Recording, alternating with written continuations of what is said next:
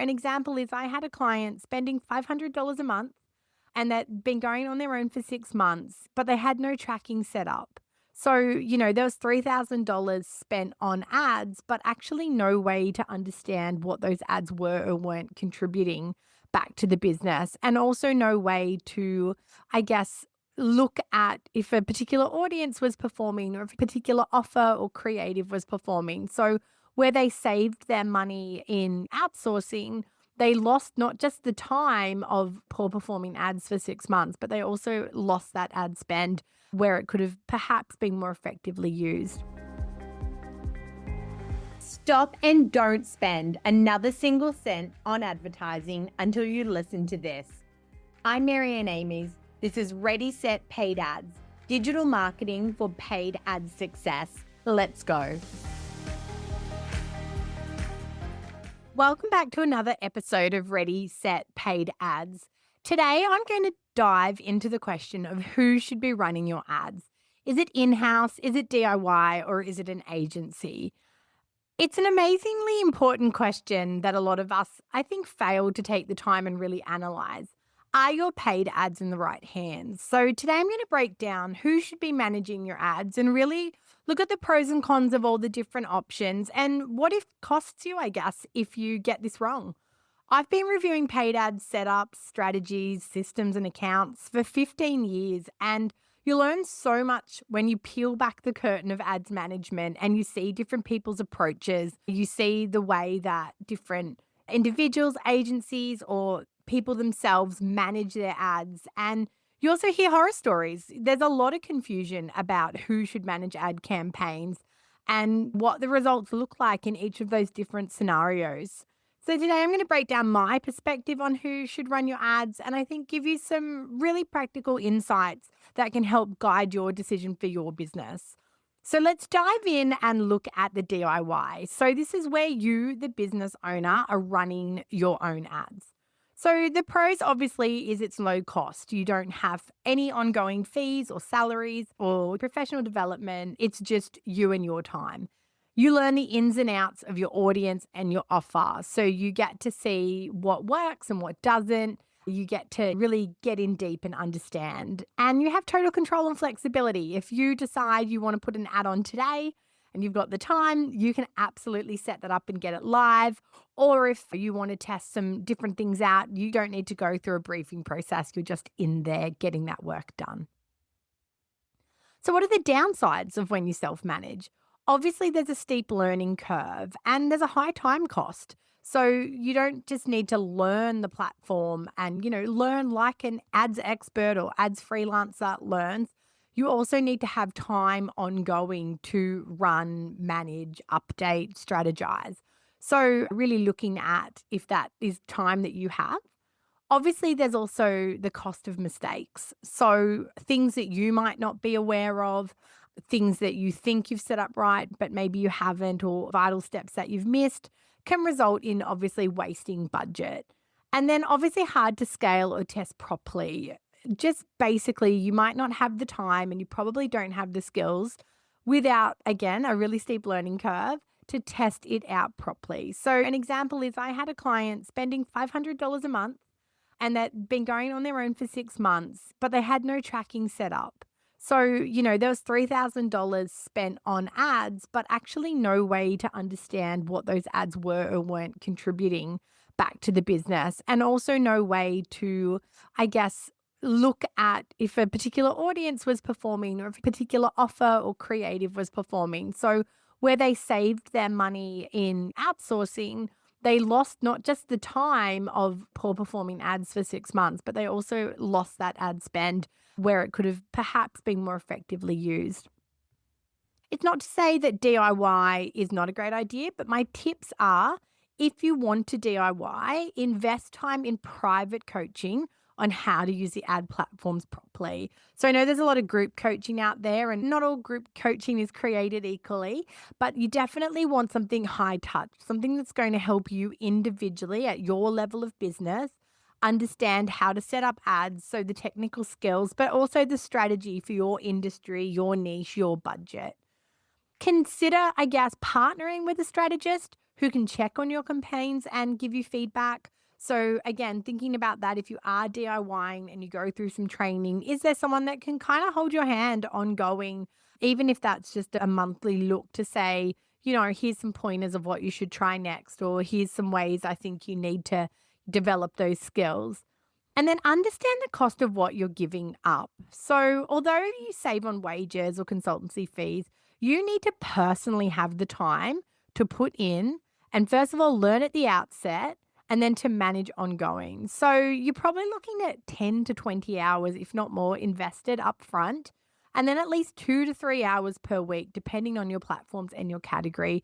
And again, that time may be more if you're not technically savvy, maybe less if you're a really quick learner and you really understand systems and processes quickly. So when it comes to DIYing, I sometimes think of it as I do with my BAS. I could probably do my own BAS, but the time it would take me, I would give up other parts of my business, either working on my business or working with my clients in my zone of genius, as opposed to kind of slogging it out against things that don't come naturally to me. So then let's talk about an in-house ads manager.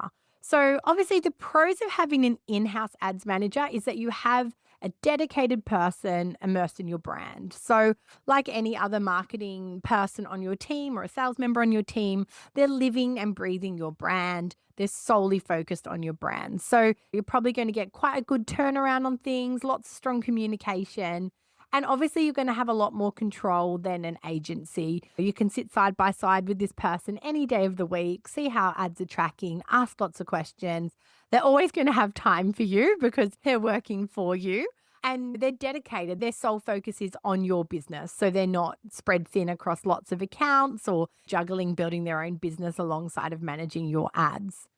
The downsides, it can be quite an expensive hire, and then there is a significant ongoing professional development investment, I believe. It can be hard to find someone who is strategic and technical. So, somebody that can see the big picture and think about visualizing the funnel or visualizing the concepts and the campaigns, and as well as being able to get into a platform and look at technical setup and make sure the audience segments are correctly set up or make sure that the tracking and pixel conversion is set up. They may lack access to broader industry insights or ad account benchmarks. So when someone's working just on one business, if they're not in some sort of networking group or development group, they're not seeing insights and learnings across either more of your category or across different categories as well. An example of where we see sometimes in-house ads managers falling down is they get stuck reusing the same ad creatives because they don't have that fresh external lens. So they tend to use the kinds of creative that you've always used, and they're not really pushing for new creative executions because they don't have that visibility of what might be working on other different accounts. So my tip here is if you want to go down the in-house route, you need to budget firstly 70 to 90K or possibly more salary per year, but you also need to budget for their professional development. So whether that is attending conferences, investing in skills-based training, or ongoing coaching for them, the landscape is constantly evolving. And as an employee, they need you to be investing in their development and you to be supporting them and keeping up to date. And secondly, I think my tip here is about having realistic expectations. Your ads manager is not a content creation expert. They're not a social media manager. They're not an SEO specialist.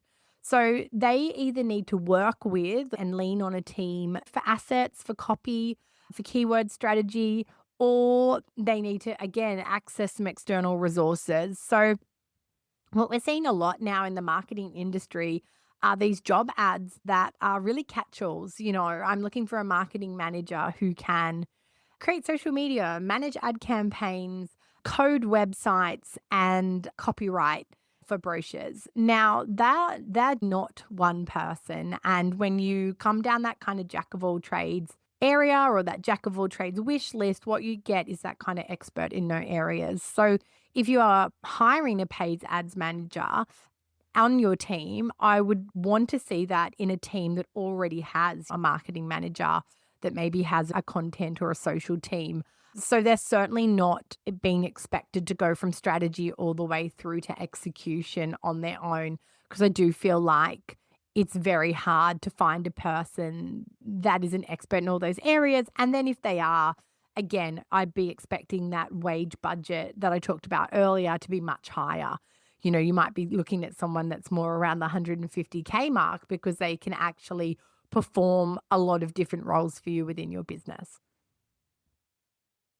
And then finally, the third approach is going down the kind of agency or freelance agency expert route. The pros here are you're looking at strategic experts across platforms. So you're looking at people that are living and breathing a platform or multiple platforms day in, day out. They're continually upskilling and developing. So they're tasked with making sure they know the current changes. They know the changes that are coming down the line. They're staying abreast of what's working and what's not. They likely have access to pro tools, to benchmarks, to creative partners. And it's easier to scale fast or shift strategy when you're using an external party because, again, they're likely to have a more broad skill set or others that they can access in those skills. The downside, obviously, in this model is you have less brand intimacy. So you're going to find that the agency or ads expert, when they're good, they will know your brand intimately, but they're not going to know it the same way that someone who's working side by side and solely on your business is going to know, or like you yourself, the business owner. There's obviously going to be communication delays. That change you want to make today might not be picked up until tomorrow, or that kind of check in to review a campaign that just launched. They might not have time to do with you this afternoon. So, there's that. You're one of many, you're not one of one. And then the monthly management fees, that's, I guess, an area like a salary, but where for some business owners, they can see that as the downside is that they have to pay an ongoing management fee as well. In my own business, we recently took on a client who was really done with ads. They couldn't see a way to make it profitable. They tried to DIY. They had joined a large scale e-commerce business building or paid ads building program, and they found that really generic and broad for them. And they also tried to kind of get some of the in-house marketing team to look at it, but it's not their area of expertise. So our team was able to look at the strategy, to look at the learnings and look at learnings from other businesses we work in as well and redevelop a different approach that they hadn't thought of. And we were able to see that account start to be revenue positive within that first 3 months of working together. So, that broader lens that an ads expert or an agency can bring is often the difference. So, my tip here, and yes, full disclosure, I do run a digital marketing agency. So, you probably expect me to have some bias. But look, the numbers don't lie. A $2,000 to $3,000 per month fee for an agency to manage your ads is often covered with the improvement in efficiency versus DIYing. We can often reduce a cost per click, cost per conversion in ways that you yourself can't, certainly. And then again, that paid ads manager on your team may not have the access to all the resources that can help them drive those same results. We know not all agencies and freelancers are created equal as well. And I certainly have conversations with so many business owners who have been burned by agencies. And it does literally both break my heart and infuriate me that people operate in a way that is not with the business they work for in mind.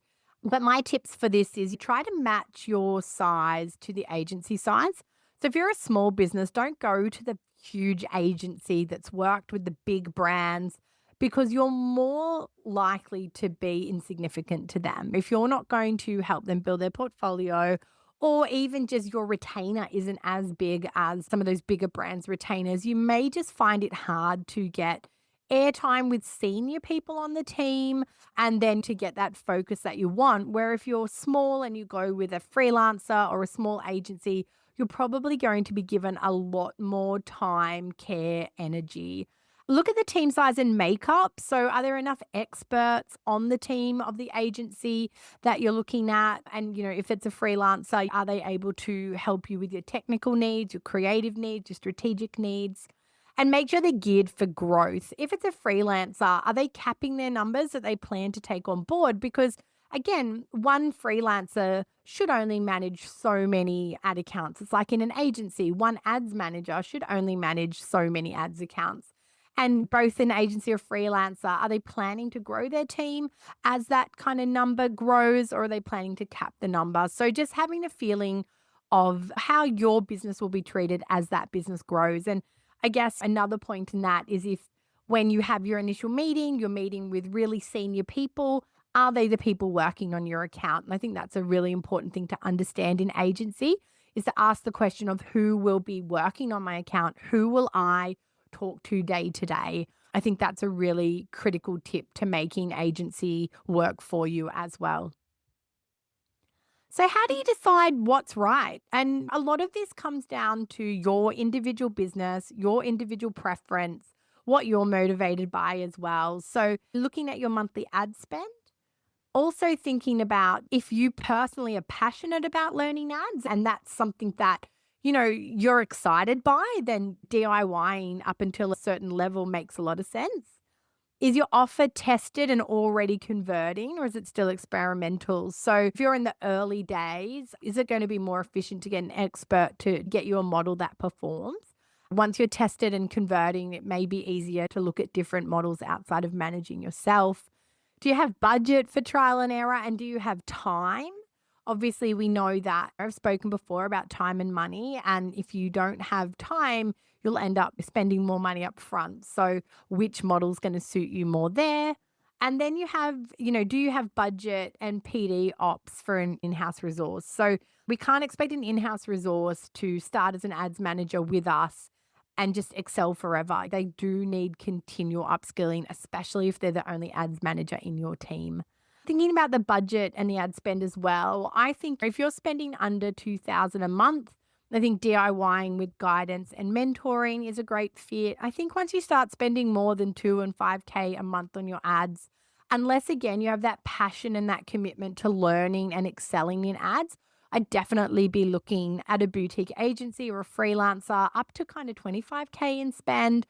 Once you're up and over 25K per month in spend, I'd be looking at a performance agency or otherwise an in-house full-time resource. And with that full-time resource, I'd also be expecting that you have a fully spec'd out marketing team at that level as well.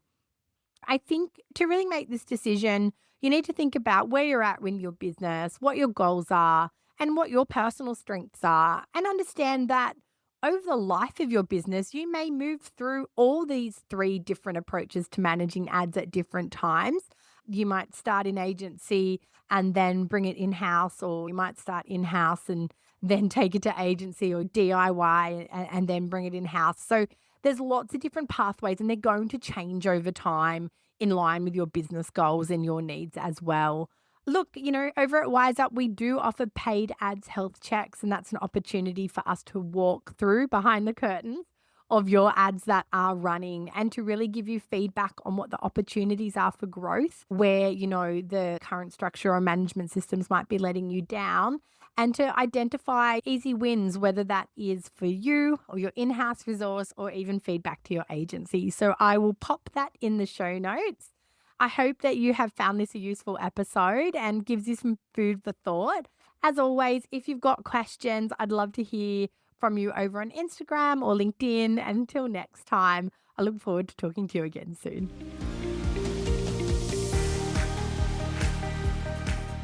That's a wrap on another episode of Ready, Set, Paid Ads. If you're looking for done-for-you services, training to upskill you in ads management, or free and paid resources to help you plan and execute better ads, head to wiseupmarketing.com.au. If you've loved this episode, be sure to subscribe for future episodes. And if you know someone that would love this podcast too, go on and share it.